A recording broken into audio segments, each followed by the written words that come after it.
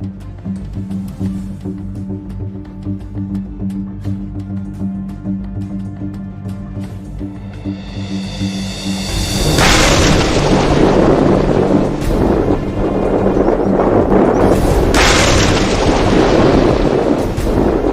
ही में यमन के हूती ने एक बहुत बड़ा युद्धाभ्यास किया था। हूती की इस मिलिट्री ड्रिल में उसकी सारी फोर्सेस जैसे नौसेना, तटरक्षक, ड्रोन फोर्स और मिसाइल फोर्स ने हिस्सा लिया था। इस दौरान हूती ने काल्पनिक रूप से अमेरिका, इजराइल और ब्रिटेन से युद्ध की स्थिति में कैसे जवाबी हमला किया जाए इसका युद्धाभ्यास किया था। लेकिन हैरान करने वाली बात यह है कि इस युद्धाभ्यास में हूती ने अपने कई ऐसे हथियारों की नुमाइश की थी जिसका इस्तेमाल उसने अभी तक नहीं किया।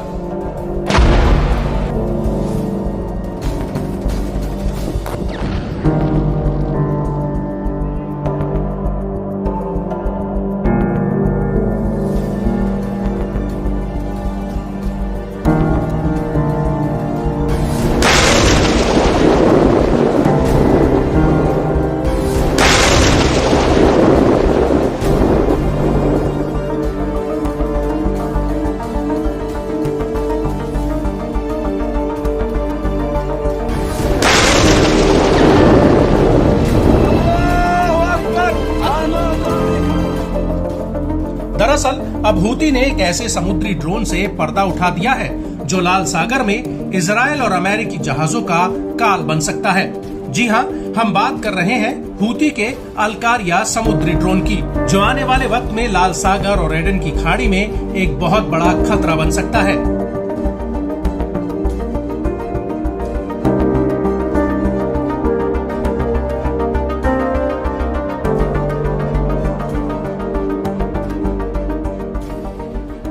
हूती का कहना है कि उसे आने वाले वक्त में समुद्री फ्रंट पर एक बड़ा खतरा हो सकता है, जिससे निपटने के लिए ये ड्रोन उसकी मदद करेगा।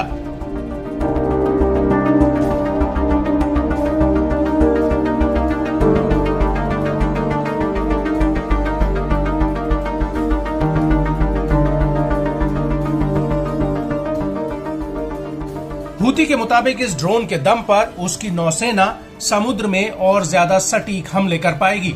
लेकिन बड़ी बात यह है कि हूती ने इस ड्रोन के जरिए अपने दुश्मनों को एक बड़ा संदेश दिया है। वो ये कि अगर भविष्य में उसके खिलाफ कोई आक्रामकता की गई तो वो उसका जवाब देने में हिचकिचाएगा नहीं।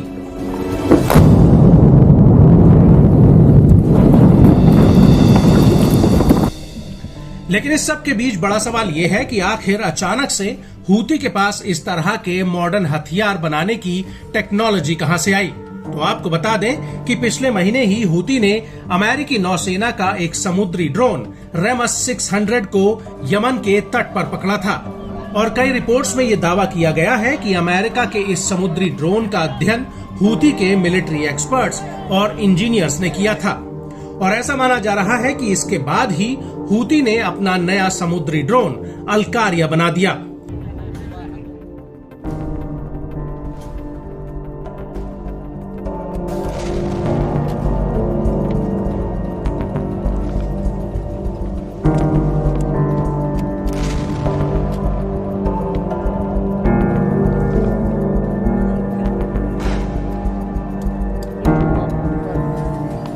ऐसे में कुछ जानकार ये कह रहे हैं कि हूती का नया ड्रोन अमेरिकी ड्रोन की क्लोन कॉपी है।